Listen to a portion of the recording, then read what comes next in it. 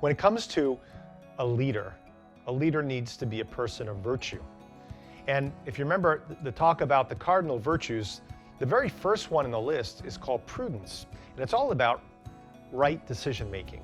How do you habitually, time in and time out, make right decisions? Without making right decisions, everything else that you build and everything else you try is going to fall. You got to know where you're going. You got to know what the good is you're trying to pursue, number one. And number two, you got to know the best way to attain that. So that's what we're talking about in this video, is prudence, or good decision making. Just the very first thing you got to know about good decision making is that it demands a certain openness. You got to be open to the way things really are, not the way you'd like things to be. And that means you got to be humble. Humble means you're teachable, you're open, you're receptive to the way the universe is, and ultimately to the creator of the universe, to God and his ways, he who created all things. He created people. How do people really work? What's really good for people? How can you take what you have and bring it to people in a way that changes their lives? That's really what business is all about. And that's, in a certain way, what life is all about, really. So you got to start with a humility and an openness to God, okay? How else do you go about doing it? Well, you look at models. Look at people who know how to make good decisions.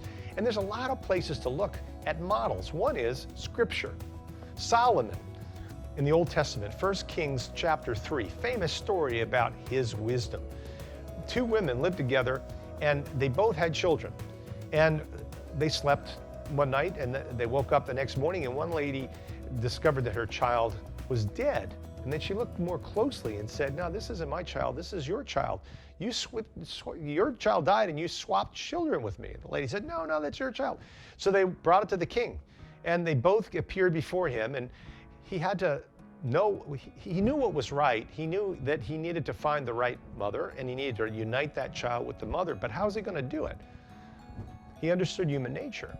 So he said, okay, bring me a sword. Since you're both arguing over the child, let me just split the child in half and give half to each of you. And the woman, who wasn't the real mother, said, that's right. We'll split it, even Stephen.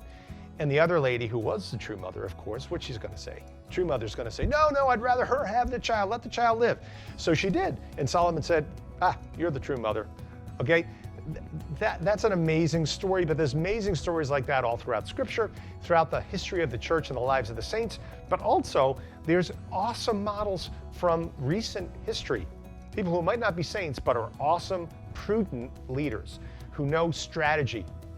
Football coaches like Vince Lombardi, business leaders like the founder of Amazon, Jeff Bezos.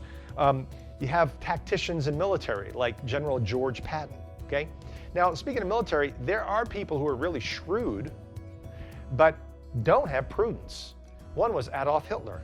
Shrewd guy. He understood the weaknesses of France and England, and he played them, and he played the weaknesses of people in his own country. And for about 9 years, he seemed invincible, rolling over all opposition. But he wasn't pursuing the good, and so everything fell apart.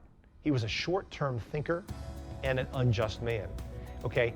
Short-term thinking, short-term pleasure is not what prudence is about. Prudence looks far out. It looks for long-term, sustainable life and pleasure. And that's true in business. We talk a lot about sustainability. It's not just about the environment, folks. It's about a business model that will last long-term because it corresponds to the way the earth is, the way people are. Okay? So looking at models like that, good models, and studying the bad ones like Adolf Hitler, help you understand what true prudence is and what to aim for. And then finally, there's counsel.